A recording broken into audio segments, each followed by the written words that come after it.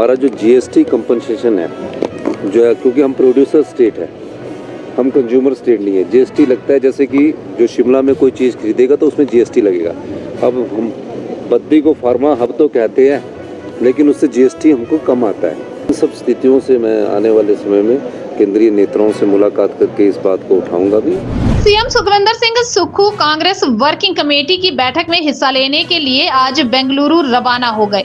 वापसी में दिल्ली प्रवास के दौरान सीएम केंद्रीय मंत्रियों से भी मुलाकात कर हिमाचल प्रदेश के विभिन्न प्रोजेक्ट के लेकर अपनी बात रख सकते हैं। इससे पहले सीएम सुक्खू ने भारत रत्न स्वर्गीय अटल बिहारी वाजपेयी की 100वीं जयंती पर उनकी प्रतिमा पर पुष्पांजलि अर्पित कर उन्हें देश के प्रति उनके योगदान को याद किया।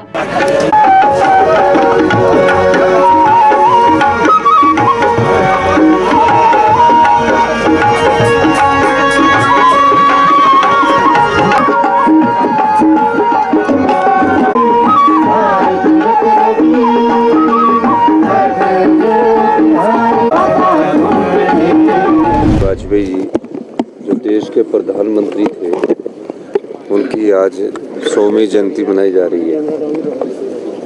इस अवसर पर मैं ये कहना चाहूँगा कि पूर्व प्रधानमंत्री अटल बिहारी वाजपेयी जी का हिमाचल से बहुत पुराना रिश्ता था। वो हिमाचल के मनाली में प्रीणी में आते थे और अक्सर हिमाचल के प्रति और प्रकृति के प्रति उनका एक अपना मोह था। वो एक पोइट थे, वो एक भारतीय जनता पार्टी के जब को फाउंडर मेंबर थे, और मैं ये भी कहना चाहूँगा वो एक स्टेट्समैन के रूप में कार्य करते थे। भारतीय जनता पार्टी के 2 एमपी जीत कर आए, लेकिन अटल बिहारी वाजपेयी जी ने भारतीय जनता पार्टी की और आरएसएस की विचारधारा को मजबूत भी किया। नहीं, मैं हमारी सीडब्ल्यूसी की 2 दिन की बैठक है, और सीडब्ल्यूसी की 2 दिन की बैठक के बाद मैं 28 तारीख को वहाँ जिस भी मंत्री से अपॉइंटमेंट अगर मिलती है तो मैं उनसे मिलकर आऊँगा। और निश्चित तौर पर प्रदेश के हित की बात है, प्रदेश के हित के लिए हमें केंद्र सरकार पर मिलना ज़रूरी भी होता है। फेडरल स्ट्रक्चर्स में हर स्टेट में इनका एक राइट होता है। तो इस दृष्टि से हम आने वाले समय में जनवरी के महीने में हमारी काफ़ी व्यस्तता रहेगी, और इस मामले में क्योंकि बजट है और बजट से संबंधित हम सब चीज़ों को सरकार के उठाएंगे। क्योंकि हमारा जो जीएसटी कंपनसेशन है जो है, क्योंकि हम प्रोड्यूसर स्टेट है, हम कंज्यूमर स्टेट नहीं है। जीएसटी लगता है जैसे कि जो शिमला में कोई चीज़ खरीदेगा तो उसमें जीएसटी लगेगा। अब हम बद्दी को फार्मा हब तो कहते हैं, लेकिन उससे जीएसटी हमको कम आता है। तो जीएसटी कंपनसेशन हमारा बंद हुआ है।